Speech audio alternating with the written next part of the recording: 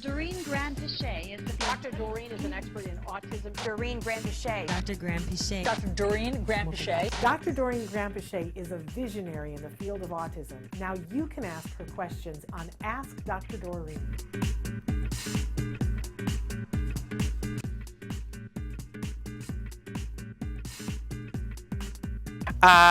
Deborah says, my son doesn't chew. I have to puree all of his food. He has constant constipation. We have tried Miralax, etc. Do you have any suggestions? Oh, yeah, I have a lot of suggestions. I know you do. So again, that one is two things. One is we're going to teach him how to chew and eat foods, but that is a slow process, which is good, because at the same time, I kind of want you to find out what the constipation is about. So things like, Miralax, and the majority of doctors will just say to you, give him fiber. Maybe he needs something like that. It's super important to find out what's going on with the bacteria in his gut, because, we're supposed to, the human body, when it's functioning correctly, is supposed to take care of itself, including voiding. So when you have things like constipation or you have diarrhea or when things are thrown off, there's always something going on with the microorganisms that are in your gut. And that is probably the most important thing that you can deal with. So it's funny that this subject should come up, because I struggle with, over time, I've had it a couple of times now, SIBO, which is small intestinal bacterial overgrowth, right? And whenever you have that, you have all kinds of issues, which most people don't even realize that they have SIBO. But you have like bloating, and you can't eat a lot of different foods. They just make you feel nauseous, and it just messes up your stomach. And as soon as I get the treatment for it, which in this case is a very unusual antibiotic followed by tons and tons of probiotics, then I start to feel normal and healthy and just energy and all this sort of stuff. So I want you to please figure out and take care of the cause. Okay, and if you look up online, there are a lot of doctors that deal with getting rid of bad bacteria and putting good bacteria in your gastrointestinal system. That is the solution to the cause of all of our GI issues, okay? And that, I think, is probably one of the most important things that you can start with. I think Traven has put up often the med maps doctors. There are more. Mm-hmm. There are lots of doctors who do these tests. There you go. And they can absolutely be helpful in trying to get you there. Now, while you do that, you obviously want to start teaching your child how to go to solid foods and not just so that you can move forward, right? And that's a whole process, and it's a very simple process, honestly. You've already discovered a very important thing, which is his issue is texture, right? So he is not able to go with things that are chewy, but he can swallow. That's a great step. Some of our kids don't have that yet. So you start with whatever it is that you are.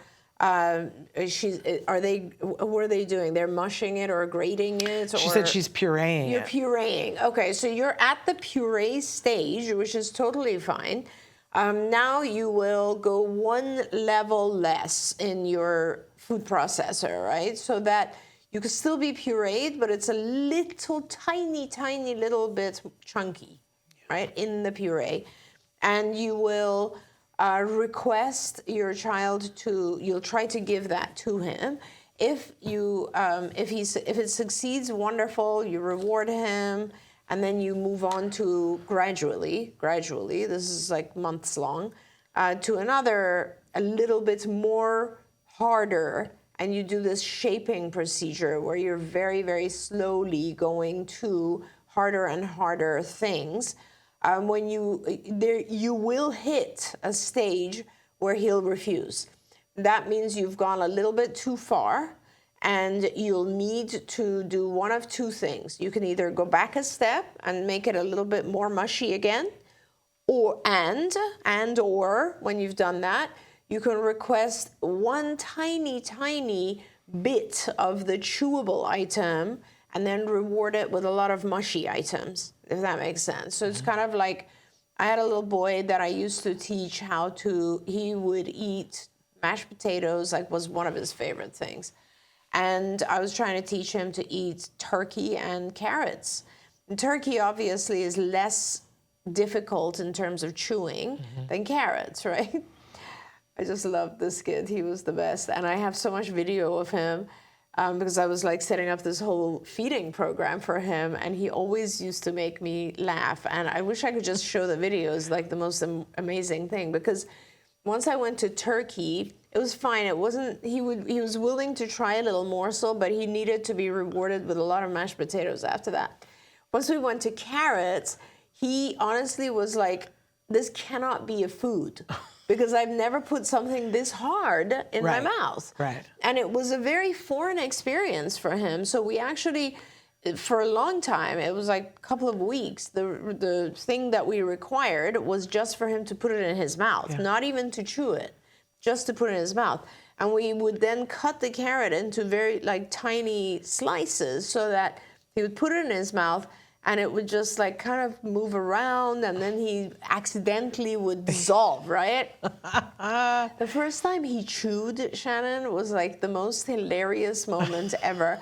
He like crunched down on this carrot and he went, oh, like he was so shocked that this is a chewable thing that actually... It gave way. And it gave way. And he did it again, and he did it, and then he spit it out, right? But it was no problem because he had chewed, and we like heavily rewarded that. And so it was a very gradual process.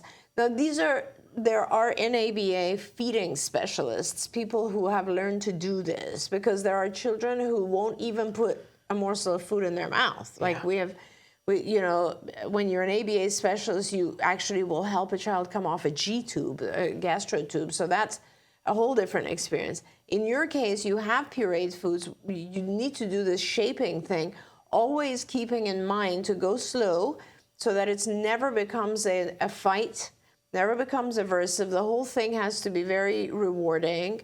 And as you progress, you just make the texture a little bit harder, but always reward with lots and lots of things that are not hard. So mushy things, other activity, whatever it is, that's a reward for your child. And I promise you he'll be able to manage it.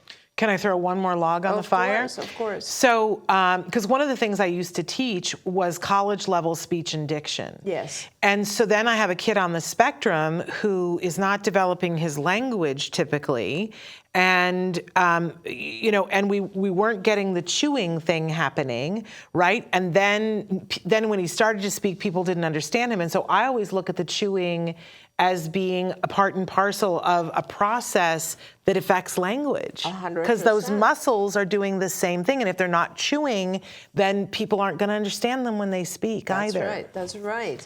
Thank you for throwing that in, because think about how many, just say one sentence, think about how many times and in different ways your tongue moves when you do that, right? Yeah.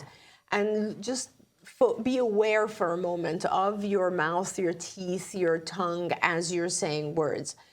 In fact, apraxia, a lot of times once you teach a child how to chew properly, apraxia goes away. And they are now able to move their tongue rapidly and the muscles start to develop. And, you know, apraxia is low muscle tone in the tongue. So when you do chewing, you will actually start to move your tongue in different ways, and it definitely will affect speech. There we go. So this is a very positive thing. Yeah. And there's lots of fun ways to work on it. Definitely. Lots of fun ways to work on it that don't involve eating, but but you know, even you remember that Minute to Win It show? What happened to that? I liked that show. Can we have that back again? But there was the thing, and this is for older kids. I don't think you could do it with a very young kid, but you could work up to it, where they would take the Oreo cookies and they would put them on their face, and the cookie would be up here, and you had to get it all the way down to your mouth. just by moving your mouth around. God, I love that. Right? Or what we do with little kids, in theater camps, is that we say, okay, even if they're too young to chew gum, they've seen people chew gum. Yeah. And so we say, okay, we're going to take the imaginary gum and we're going to put it in our mouth, and then we're going to pretend we're going to chew gum. And they think that's hilarious. Absolutely. They think it's so fun. You can also use other things like those, caramel candy, things that are, and a lot of times our kids haven't, I don't really encourage a lot of sugar.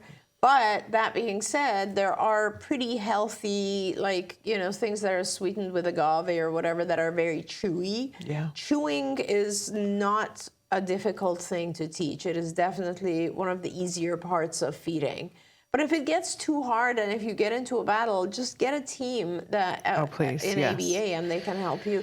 A lot of speech paths also are very good at this. Yeah. And sometimes they have those things that they look like little pencils, but they're little vibrators, and that have cool different tips on them. Some of them have dinosaurs. And do you know the tip that goes in your mouth has flavors? Oh, I didn't know that. Yeah, like grape and all kinds of stuff. I did not know that. There are all different ways to get to this.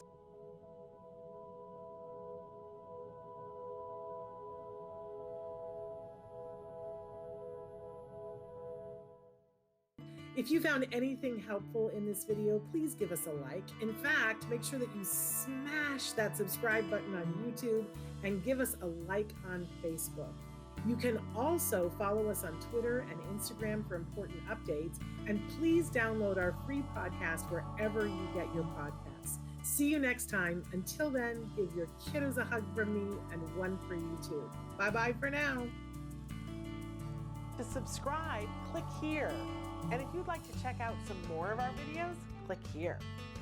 Don't forget, you can watch Ask Dr. Doreen live every Tuesday morning at 10 a.m. Pacific time on autismnetwork.com. We hope to see you there.